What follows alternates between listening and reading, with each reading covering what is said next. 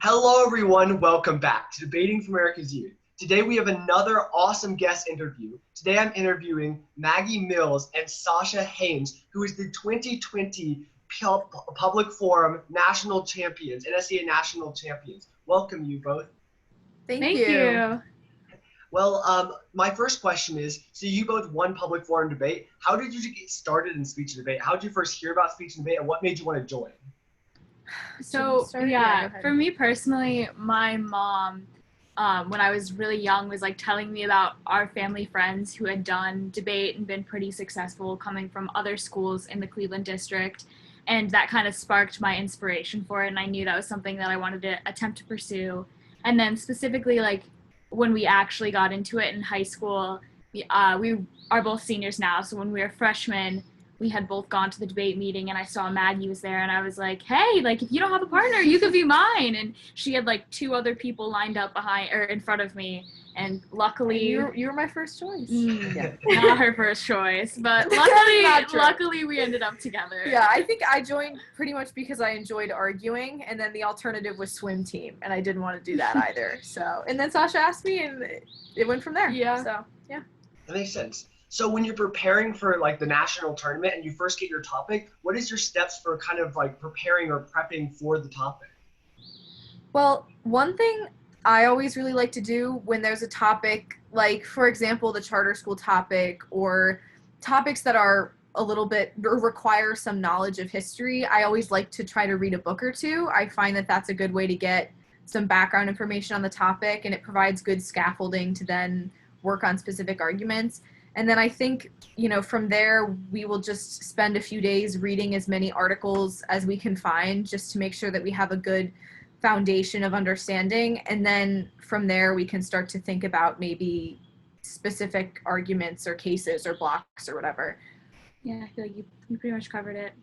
Yeah, that makes sense. I will say I was talking to some people who did Lincoln Douglas and Public Forum, and I do congressional debate, and they were saying that they were like doing like reading and actual books about it. I was like, wait, you guys read books on the topic? I don't know. That was just foreign to me because in Congress there's so many topics that if you read a book on each subject, there's no way you can get through all of them. So that's really interesting. Yeah. How do you guys practice for Public Forum? Do you have like another team before like tournaments that you compete against, or do you just like run it against yourself, or how do you like practice? So usually we meet with our coach, as well as we had Albie Manfredi from Lake Mary, who graduated last year, helping us out. And so sometimes we would do like small practice rounds against them, half a round, just starting to get our feet underneath us. And then specifically for the national topic, we did practice rounds against some schools we know. Yeah, we're lucky to be. The Cleveland district in Ohio is really, really strong, as is most of Ohio. Like, the competition is amazing. So we were lucky enough to be able to do some really great practice rounds with people locally just over Zoom to prepare. And then during the year, like, not specifically talking about nationals, we just try to do as many practice rounds with the kids on our team as we can. We had another team of seniors this year, Anna and Grace, who were amazing, and a couple other people who we could do rounds against. And then when we were younger as well, we would do as many rounds as we could against the older kids and just getting like consistently destroyed over and over again by people who are so much better than we were. It helped us improve a lot. Yeah, I would completely agree. I think that especially like from my time in speech and debate, competing against people in the district who are better than me, like I kind of picked up on things that they did well and were able to adapt them in my own debate style. Yeah, definitely. Yeah. So you're at the national tournament and you're competing against the best teams in the entire nation. How do you stand out? Like, there's so many great teams. Like, what made you stand out to the judges, like, in each round? I don't know. I think Sasha and I, like, we did a lot of national circuit, and sometimes we were really successful, sometimes we weren't. And I think at the end of this year, we'd done well. And we, at this point, we're sort of just thinking, let's just have fun with this. This is our last tournament. Let's try to have as good a time as we can and not worry about necessarily winning or losing. And while obviously we're both competitive and we want to win, I think we were a little bit more focused on, enjoying the time that we had left with each other and enjoying what we had left with the activity. So I think that, at least for me, I felt like there was a little bit less pressure when I was in round, which then allowed me to be more myself and, focus on what I wanted to do rather than trying to like conform to what I thought would win me rounds. Right. I guess like kind of going off of that, we were just so grateful to be able to attend the tournament in the first place, especially given COVID-19, that really we thought for a while there we wouldn't be able to compete in the first place. So the opportunity to do so, and therefore the stress that left as a result, really helped us just have a good time, like be calm. And when that happens in a round, you can tell, like a judge knows when a team is tense or when a team is excited and like confident. And so that probably helped us stand out a bit, is just being grateful to be there and that by virtue having fun with it. Yeah, that makes sense. And when you talked a little bit about being tense and kind of being like, I guess that leads into my question about like nerves. So I assume that both of you have like experienced nerves going into debate rounds. How do you kind of cope with the nerves? How do you kind of like alleviate the stress of the round? I know you talked about like for this tournament, it was just like being so grateful to be there. But for other tournaments you've been to and for people watching, how would they get better at coping with their stress? Yeah. So personally, I get into a like regimen throughout the tournament. And before every round or at a given tournament, I'll listen to the same song before. We're very superstitious, which oftentimes leads to our downfall. But for example, at nationals, if you watch the rounds, every single round I'm drinking a lemon LaCroix, which I do at almost every single tournament because it helps just like get me into the zone. And like when I have that or I listen to a certain song, like it puts me into the mindset. I'm like, all right, this is time for me to debate. Like don't think about anything else, just get into it. And I guess that's what I do. Yeah, I try to take a couple of seconds and focus on like my breathing and just, take a few deep breaths, because when I get nervous, I just don't breathe I take really shallow breaths and I feel my chest getting really tight. So I try to just focus on my breathing and relax and then, center myself before the round. Yeah. And though I'll be pretty hypocritical saying this, considering I've had many freakouts about debate, it's like really important to reflect on the purpose of the activity and remember that you're in it to learn as much as you can about things you oftentimes won't hear about in schools, and learn how to debate and how to research and how to argue in ways you, again, oftentimes won't find in your typical curriculum. And as a result, just like appreciating what you're doing and understanding it's a learning opportunity and you're going to better yourself no matter the result of the round. Yeah, really helps to ground you. I think speaking about like debate anxiety on a higher level, Sasha and I, especially our junior year, got really fixated on winning and like proving to people that we were good and that we were capable. And I think the fact that we were more focused on proving to other people that we were capable made it harder for us to have fun doing what we were doing. And then I think our senior year, we sort of, it was our last year, we started to focus more on ourselves and what we wanted to do and our own goals. And then that's when we started to see improvement. So Yeah, talking about like focusing on the winning or the numbers, I've heard that from a lot of people who I've interviewed. They can get caught up, and it's easy in speech and debate, especially with the rankings and like the ballots, and see what numbers you got at certain tournaments and see like who's your competition. It's really easy to get caught up in that and kind of miss like speech and debate, like what we're doing. So I would completely agree with that. And about the superstitious part, all I'm going to say is it's only weird if it doesn't work. That's all I'm going to say. Well, it didn't work for at a lot of tournaments. It was just weird, but yeah. I mean, that's fair. I wear the same red tie and the same American flag lapel pin to every single tournament because that's my thing. And that makes me feel comfortable because it's my thing. So yeah, I get what you guys are saying. So in terms of questions, when you guys are questioning and I guess answering questions, how do you guys come up with questions? Is it based on like their case, or do you guys like have like a prepared list of questions beforehand? How does that work? Well, it depends. I think what we tried to this year, the one main difference that we made, I think like our sophomore and our junior year, we would focus on, having good cases and then having good blocks, and that was sort of it. And then this year we started learning a lot more about having a strategy idea basically going into the round. So we would try to come up with questions that tied into the narrative of our case. So, being able to hijack their arguments or make their arguments fit into the broader story that we were trying to tell. That was one thing that we tried to focus on, but you always had first crossfire and you were amazing at it. So what did you do? So I guess like as Maggie was kind of hinting before, prior to like this year and the end of last year, we kind of would always toss crossfire off as just like a time in which we clarify what's going on, and it didn't really matter. But we started to find that crossfire is actually really, really important, especially when you have a more lay judge, in differentiating the teams that know what's going on and the teams that don't know what's going on. And it really, really can make a big difference, as we've seen through our ballots. But so what we usually try to do is I usually try to set Maggie up to either mitigate an argument or take it down in her rebuttal, and that being if a contention doesn't have like specific evidence pertaining to how many people it will affect or how widespread it is, we try to clarify it then. Or if we know the answer to how widespread it is, we try to shift the narrative over to our side. So it's really like the way we like to think about a debate round is not back and forth, but rather telling a story and pushing your narrative and making sure like the judge sees this picture that you're trying to tell, and crossfire really can help to start ushering along that process. Yeah, that's a very interesting way of looking at it. I've never thought about like debate in that format of trying to like put up like a message across rather than just like specific arguments, and kind of like putting everything together in one like fluid, piece, your questioning and then your rebuttals all together. That actually makes a lot of sense. And I could see how that would help you guys a lot. Yeah, well, it just makes like weighing and then, summary, final focus, it makes it a lot easier for us to be on the same page as well.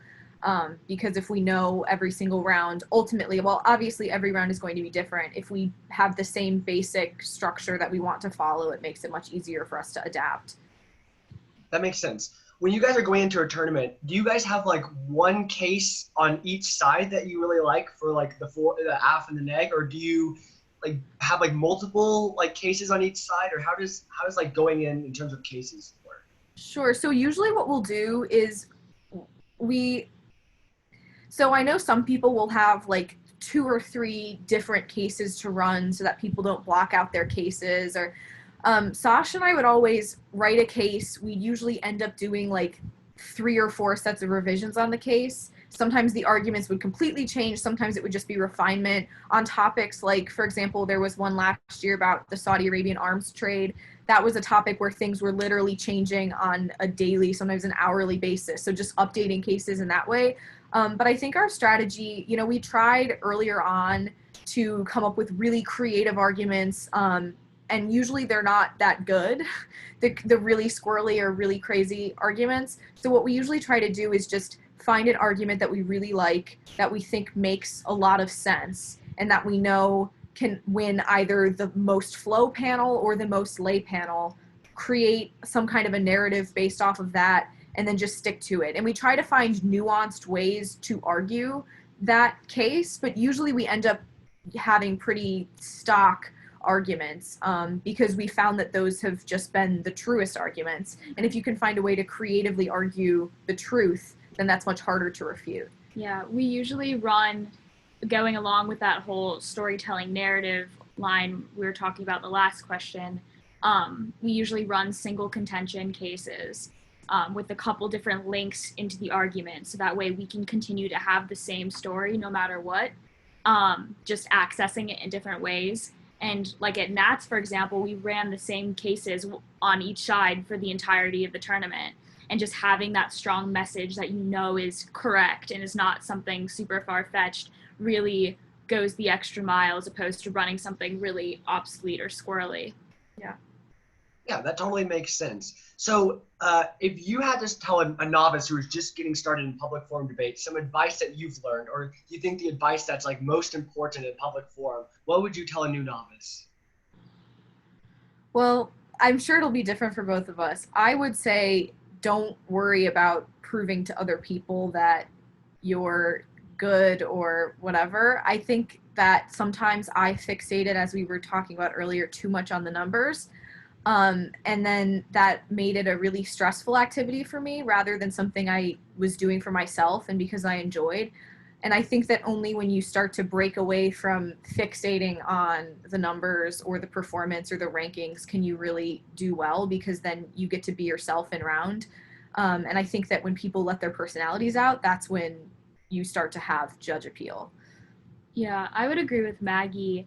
And kind of just adding to that is not letting the opinions of others get to you. just having fun, because again, as we were talking about before, like debate is meant to be a fun extracurricular activity, and understanding that like this is such a unique experience that so many people don't get to have. And like if you really get into it and really like understand what you're doing, you're going to really start enjoying debating. And when you reach that point where you don't want to stop because you love it so much, it's just a wonderful feeling. And just like keep working on it, keep persisting no matter what obstacles come in your way, because at the end of the day it really is worth it, and it's really going to help you both now and in the future. Yeah, I completely agree. And then the final question, and people have taken this different ways, it's what is your message for speech and debate, or what would you like to tell the speech and debate community? And some people have taken this to mean like something that they think that should be improved in the speech and debate community, or the speech and debate community should work on. And some people were just taking this time just to thank the community or thank people who've helped them in the community. Like if you guys had to part some words onto the people who watch this video and people who are part of the larger speech and debate community, do you have anything you would like to share? Yeah, sure. I can go first. Go ahead. I would say I think the biggest thing that I'm left with debate, I'm so thankful for this community.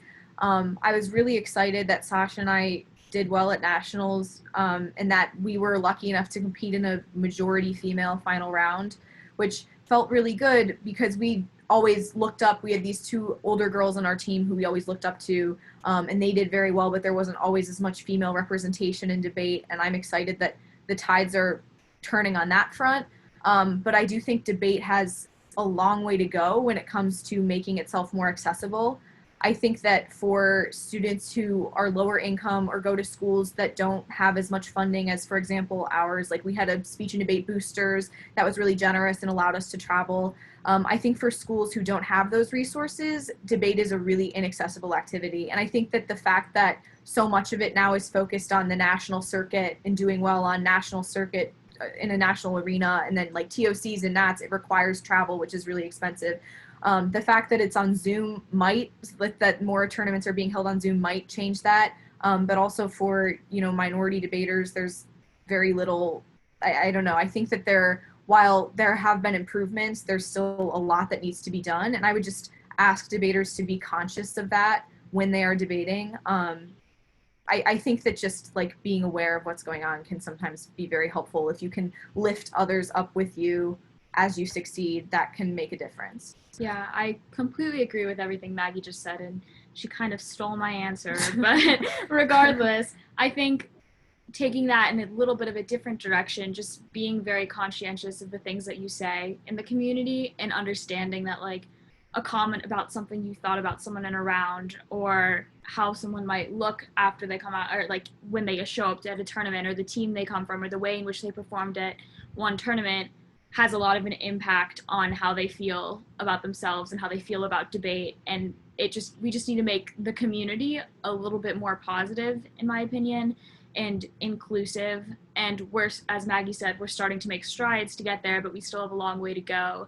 And I think everybody can play a part in making, no matter if you compete just locally or you compete nationally, and if you lose every tournament or you win every tournament, everyone can play a part in making it a more inclusive and positive activity. And we're starting to see that. We're almost to the point where change is happening, but we just need to continue persisting forward in that sense.